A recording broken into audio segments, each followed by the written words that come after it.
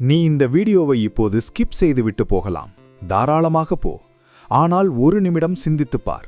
வாழ்நாள் முழுவதும் மற்றவர்கள் உன்னை மிதித்து ஏறும்போது, உன் உழைப்பை வேறொருவன் திருடும்போது, உன் திறமைக்கு எந்த மதிப்பும் இல்லாமல் நீ ஒரு ஓரத்தில் அழுது கொண்டிருக்கும்போது, இந்த நொடியைத்தான் நீ நினைத்துப் பார்ப்பாய். அன்றே அந்த சாணக்கியனின் வார்த்தைகளை கேட்டிருக்கலாமே என்று இரத்தக் கண்ணீர் வடிப்பாய். இந்த சமூகம் ஒரு வேட்டைக்காடு. இங்கே நீ பலவீனமாக இருந்தால் உன்னை உயிரோடு தின்று செரித்து விடுவார்கள். உன் போலி நண்பர்கள், உன்னுடன் பல்லக்கை காட்டிக்கொண்டு சிரித்துப் பேசும் உறவினர்கள், ஏன் உன் சொந்த குடும்பம் கூட நீ தோற்றுப்போனால், உன்னிடம் பணமில்லை என்றால் உன் மரியாதையை குழி தோண்டி உயிருடன் புதைத்து விடுவார்கள். இதுதான் நிஜம். நான் சாணக்கியன் பேசுகிறேன். ஒரு சாதாரண பிராமண ஆசிரியனாக இருந்து ஒரு மாபெரும் சாம்ராஜ்யத்தையே உருவாக்கிய என் மூளையின் ரகசியங்களை இன்று உனக்கு கொடுக்கப் போகிறேன். இது வெறும் மோட்டிவேஷன் அல்ல, இது உன்னை சிம்மாசனத்தில் அமர வைக்கும் 8 ராஜதந்திரங்கள். உன் வாழ்க்கையில் நீ பட்ட அவமானங்கள் போதும். இனியும் நீ ஒரு அடிமையாக, மற்றவர்கள் சொல்லும் வேலைகளை செய்யும் இயந்திரமாக வாழ பிறந்தவன் அல்ல. இந்த உலகத்தை உன் காலடியில் கொண்டு வர வேண்டும் என்ற வெறி உன் இரத்தத்தில் ஓடினால், இந்த வீடியோவை ஒரு வினாடி கூட நகர்த்தாமல் முழுவதுமாக பார். வேறு எங்கும் கிடைக்காத இந்த ரகசியங்கள் உனக்கு வேண்டுமென்றால் இப்போதே இந்த சேனலை சப்ஸ்கிரைப் செய்துவிட்டு உன் முழு கவனத்தையும் என்னிடம் மட்டும் கொடு. தந்திரம் 1. பயத்தை சுட்டெறி, இல்லையெனில் உலகம் உன்னை சுட்டுவிடும். பயந்து ஒதுங்கினால், எல்லாவற்றுக்கும் தலையாட்டினால் இந்த உலகம் உனக்கு வழிவிடும் என்று நினைக்கிறாயா? எவ்வளவு பெரிய முட்டாள்தனம்! காட்டில் ஒரு சிங்கம் வேட்டைக்கு செல்லும்போது எந்த மிருகத்தை முதலில் குறிவைக்கும் தெரியுமா? எது தன் கண்களை பார்த்து பயந்து பின்வாங்கி ஓடுகிறதோ அதைத்தான். நீ நடுங்கினால் இந்த உலகம் உன்னை நசுக்கும். நீ நிமிர்ந்து நின்றால் உன் நிழலை தொடவே இந்த உலகம் 100 முறை நடுங்கும். உன் முதலாளியை பார்த்து பயம், எதிர்காலத்தை பார்த்து பயம், மற்றவர்கள் என்ன சொல்வார்களோ என்ற பயம். இந்த பயம் உன்னோடு பிறக்கவில்லை, இந்த சமூகம் உனக்குள் விதைத்தது. நீ ஒரு முறை பின்வாங்கினால் உன்னை சுவற்றில் முட்டும் வரை தள்ளிக்கொண்டே இருப்பார்கள்.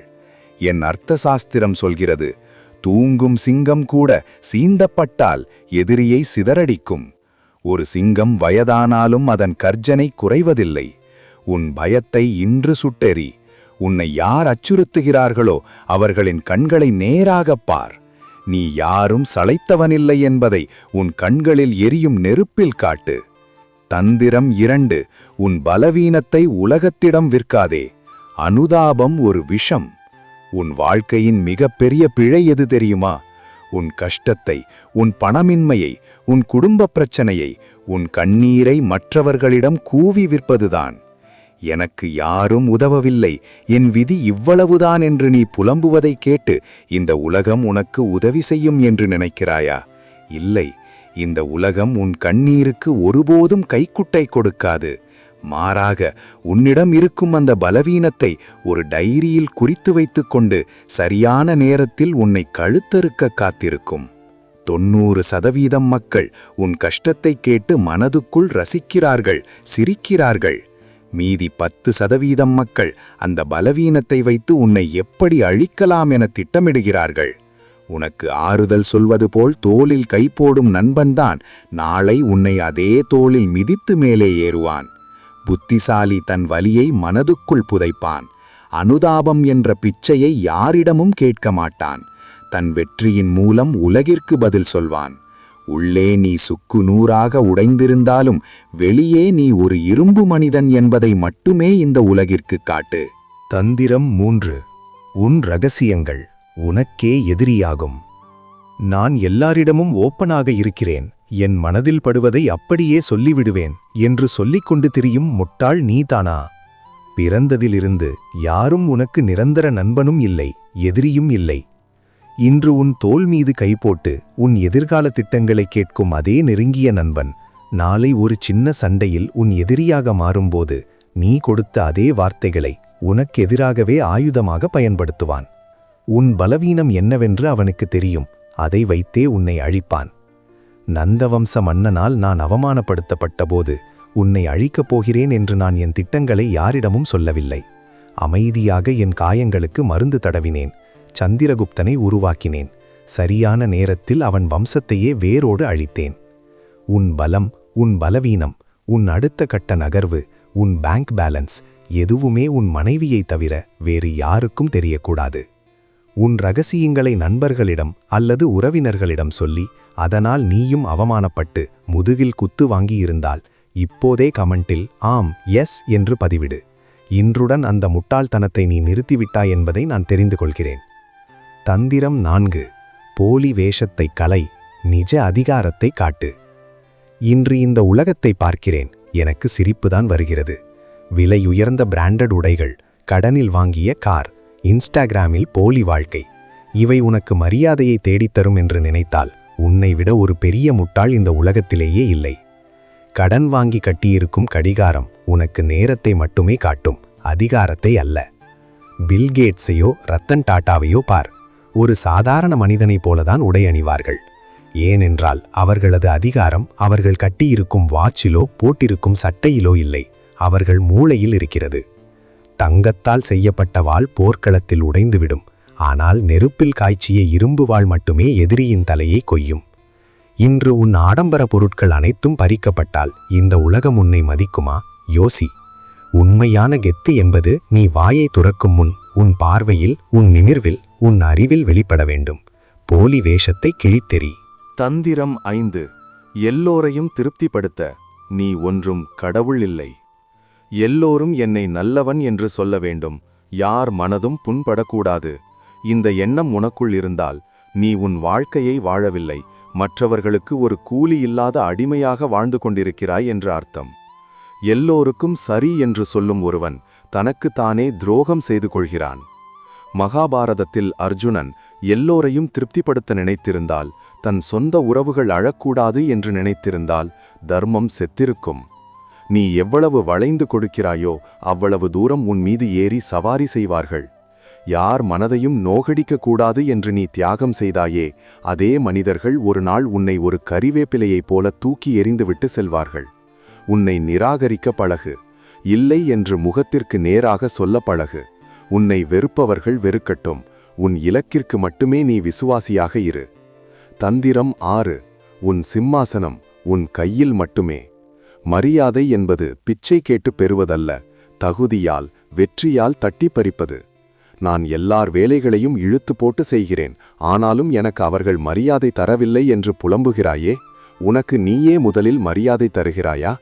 எப்போதும் எல்லோருக்கும் நீ அவைலபிளாக இருந்தால் உனக்கு எப்படி மதிப்பு இருக்கும்? எளிதாக கிடைக்கும் இரும்பை விட கடினமாக கிடைக்கும் தங்கத்திற்குத்தானே இங்கு மதிப்பு. எலான் மஸ்கை உலகம் பைத்தியம் என்றது. விராட் கோலியை தொடக்கத்தில் யாரும் மதிக்கவில்லை, ஆனால் அவர்கள் யாரிடமும் சென்று என்னை மதியுங்கள் என்று கெஞ்சவில்லை. என் மரியாதை என் உழைப்பில் இருக்கிறது என்று அமைதியாக நிரூபித்தார்கள். இன்று உலகம் அவர்களுக்கு சல்யூட் அடிக்கிறது. நீ உன்னை மதித்தால் மட்டுமே இந்த சமூகம் உன்னை மதிக்கும். மற்றவர்கள் உன்னை மதிப்பார்கள் என்று நம்பி உன் சுயமரியாதையை யாருக்கும் அடமானம் வைக்காதே. தந்திரம் 7. திட்டங்களை தண்டோரா போடாதே, சத்தமின்றி வேட்டையாடு.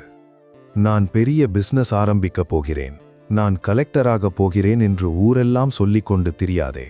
நீ அதை சொல்வதிலேயே உன் மூளை பாதி வெற்றியை அடைந்து விட்டதாக நினைத்து உழைப்பதை நிறுத்திவிடும். பேசும் உதடுகளை விட வேலை செய்யும் கைகளுக்கே இந்த உலகம் அஞ்சும். ஒரு வேட்டைக்காரன் காட்டில் கத்திக்கொண்டு வேட்டையாடினால் மிருகம் தப்பித்துவிடும். ஒரு புலி தன் இரையை பிடிக்கும்போது அதன் கால் சத்தம் கூட கேட்காது. பாய்ந்து கழுத்தை பிடிக்கும்போதுதான் இரைக்கே தெரியும். நீ எவ்வளவு அமைதியாக இருக்கிறாயோ அவ்வளவு ஆபத்தானவன் என்று அர்த்தம். உன் வாயை மூடு, உன் மூளையை திற. உழைப்பை இருட்டில் செய்.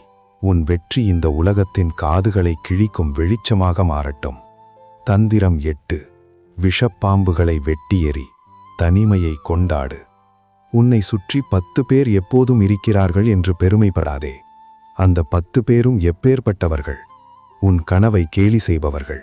நீ முன்னேற நினைத்தால் உன்னை கீழே இழுப்பவர்கள். எப்போதும் நெகட்டிவாக பேசுபவர்கள். இவர்களை போன்ற தீய நண்பர்களை விட ஒரு விஷப்பாம்பு எத்தனையோ மேல்.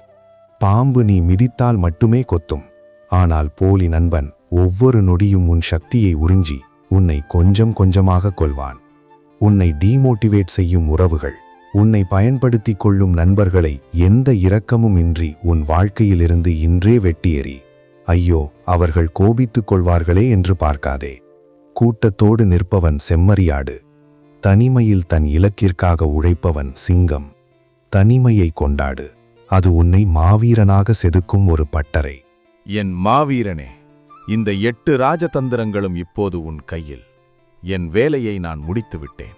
ஆனால் இந்த வீடியோவை ஒரு சாதாரண பொழுதுபோக்கு போல பார்த்துவிட்டு மீண்டும் போய் உன் பழைய வாழ்க்கையிலேயே முடங்கப் போகிறாயா?